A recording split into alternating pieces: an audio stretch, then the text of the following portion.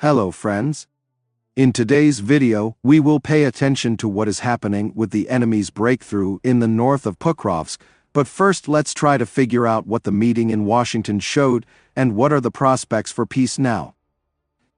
So, after the meeting between Trump and Putin in Alaska, the plan for ending the war, which they had generally agreed on, consisted, based on media publications and public statements, of 3 key points.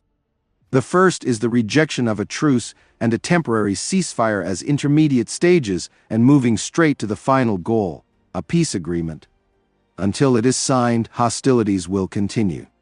This was Putin's position, and Trump agreed with it. The second is the so-called territory swap, the main element of which is the withdrawal of Ukrainian troops from the Donetsk region, in exchange for which Putin is ready to stop fire along the entire rest of the front line, or even withdraw his troops from some territories in the Sumy and Kharkiv regions. And although some media outlets wrote that Trump rejected Putin's demand, most sources report that the US president is ready to at least discuss it or even support it. The third is security guarantees for Ukraine without NATO membership. According to Vikhoff, Putin agreed that such guarantees are needed. And this, in Washington's opinion, became a turning point in the negotiations, allowing them to break the deadlock. However, nothing specific was said about what guarantees were being discussed.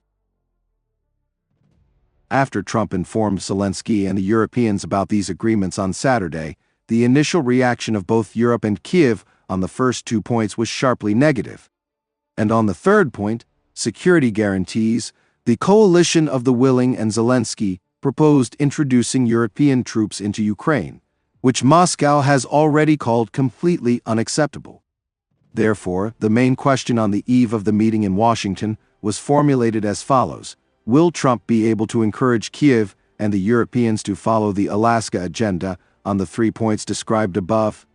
Either the Europeans and Kyiv will be able to convince Trump to return to the concept of first a ceasefire and only then negotiations, and reject the demands for the withdrawal of Ukrainian armed forces from Donbas.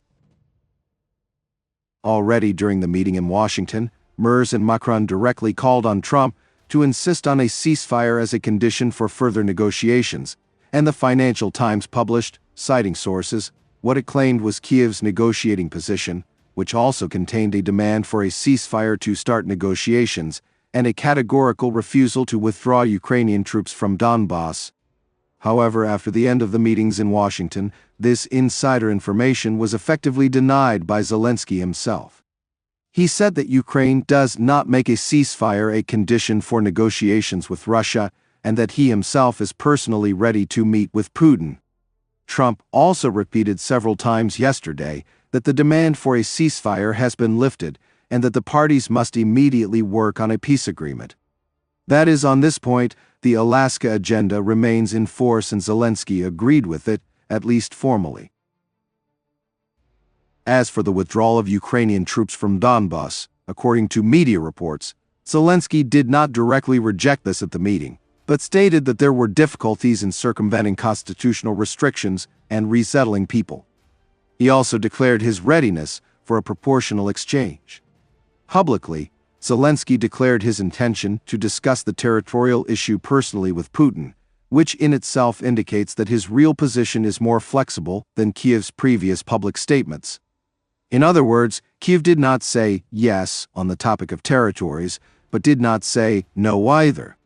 This means that, theoretically, there are prospects for agreeing on this point. There are still few specifics regarding security guarantees. They only talk about some analogues of Article 5 of NATO, but without Ukraine's membership in the alliance. No one has explained how this will work yet. Zelensky said that the details of the guarantees will be worked out within 10 days. According to media reports, Kyiv wants to receive $100 billion in weapons from the United States as part of the guarantees. NATO Secretary General Rutte, in turn, stated that the issue of Ukraine's membership in NATO, as well as the introduction of European and American troops into Ukraine, was not discussed. That is, everything is not yet very clear regarding guarantees, however, judging by public statements, the most unacceptable options for Russia, NATO membership and the deployment of foreign troops in Ukraine, are being pushed aside. To summarize, at the meeting Trump achieved a certain change in the positions of Kyiv and the Europeans on key points, although the final agreement on the parameters of the peace agreement is still far away, especially with regard to territories and security guarantees. It is obvious that the positions of Kyiv and Moscow on these topics are still very different. And whose side will Trump be on in this issue if the situation reaches a deadlock is still unclear, although he has much more leverage over Kyiv than over Moscow. Yesterday, Trump said that he was starting to prepare for a bilateral meeting between Zelensky and Putin, followed by a trilateral meeting between Zelensky, Trump and Putin, and then a peace agreement. Zelensky has already said that he is ready to meet with the Russian president. As for Moscow's position, a number of media outlets, citing sources, reported that Putin agrees to a meeting with Zelensky, and even offered to organize such a meeting before the trilateral summit of Zelensky, Trump and Putin. Zelensky said the same. However, it is unknown how reliable this information is. Moscow has not yet confirmed its readiness for a meeting between Zelensky and Putin. Ushakov said that, in a conversation with Trump, the Russian president only supported the need for further direct negotiations between Ukraine and Russia and discussed the possibility of raising the level of representatives of Moscow and Kyiv at these negotiations. What is meant by raising the level of representatives, the Kremlin has not yet explained. This can be interpreted in any way, not only as a readiness to participate in Putin's negotiations, but also as an intention to simply replace Medinsky with a more senior official. It is highly likely that Putin will agree to meet with Zelensky only if Kyiv and Moscow fully agree on the key parameters of the agreement beforehand, including on the territories. If this does not happen, the negotiations will quickly reach a dead end, with both sides blaming each other for disrupting the peace process, appealing to Trump. And here the key role will be played by how much Trump himself is ready to push through peace agreements. The situation at the front can also greatly affect the situation. If it changes sharply in favor of one of the parties in the near future, this can obviously seriously adjust the negotiating positions. Let's move on to the situation at the fronts.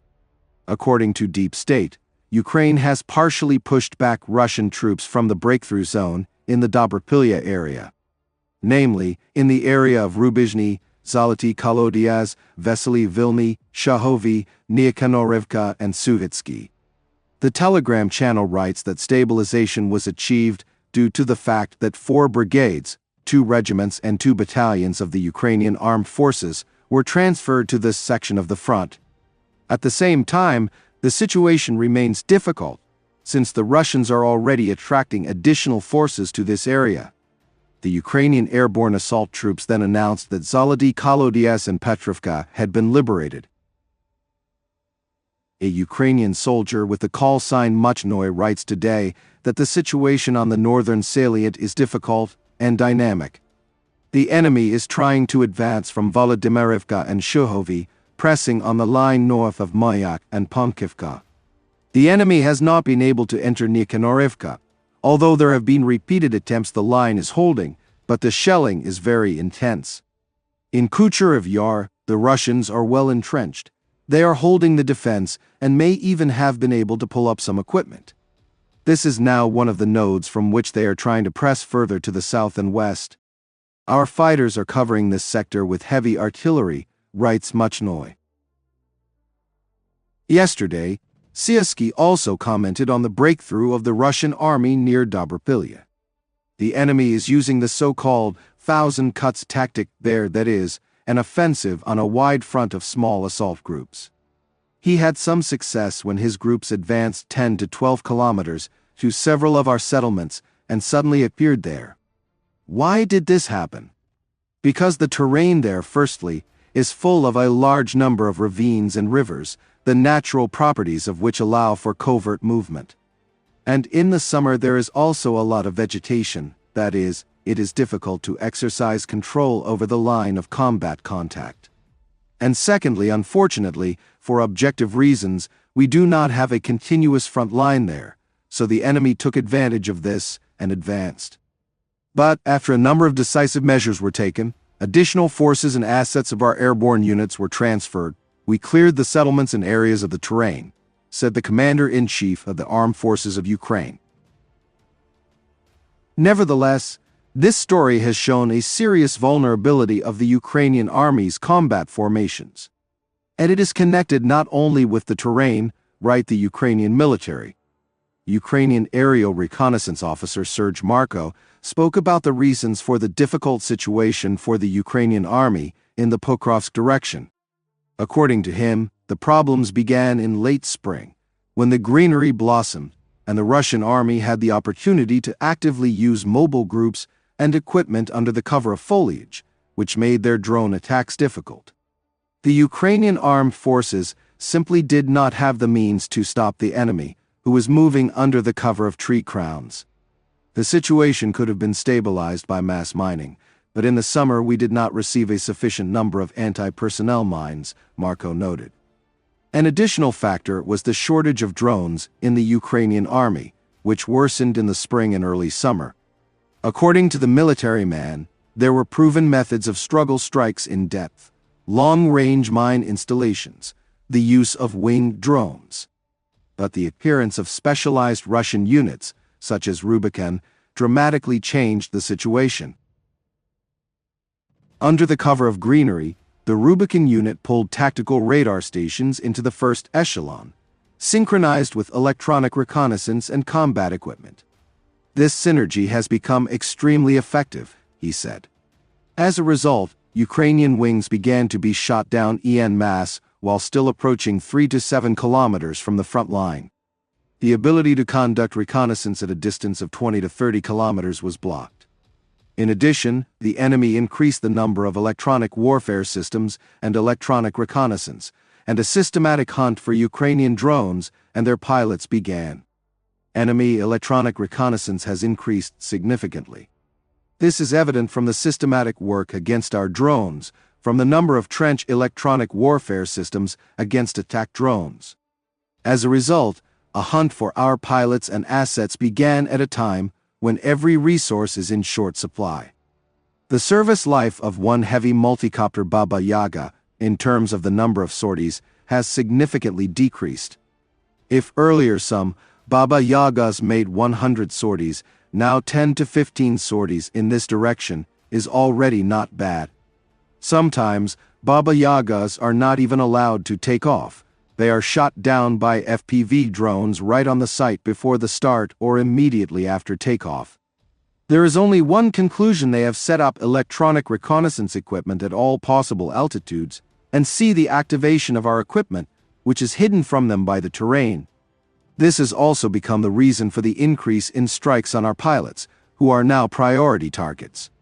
And this is an indicator of very high coordination between the enemy's reconnaissance and strike units and electronic reconnaissance and electronic warfare systems units, which operate within the framework of a single strategy. In addition, the enemy has increased the number of crews that constantly work on logistics and long-range mining. And when they deployed this system in the Pukrovsk direction, unfortunately, it gave a result, writes Marko. According to him, the Russians have established constant attacks on logistics and mine laying, which has allowed them to methodically push back the Ukrainian armed forces. Ukrainian units are forced to retreat under pressure and hastily prepare new lines of defense. We are playing a systemic game imposed by the enemy. That is why we have such results, he admitted. Marko writes that solutions to the problem are gradually being found, new methods of counteraction are being introduced, although the process is slow. He believes that under favorable conditions and with the arrival of autumn, when the greenery subsides and the rains begin, the situation in the Pokrovsk direction will be stabilized. However, the risks of new challenges in the form of updated methods of action by the enemy remain high.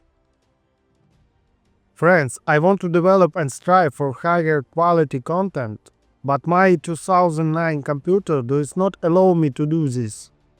If you have the opportunity to help me buy a new computer and make my dream come true, I will be very grateful to you. You will find the link in the description under the video and in the pinned comment.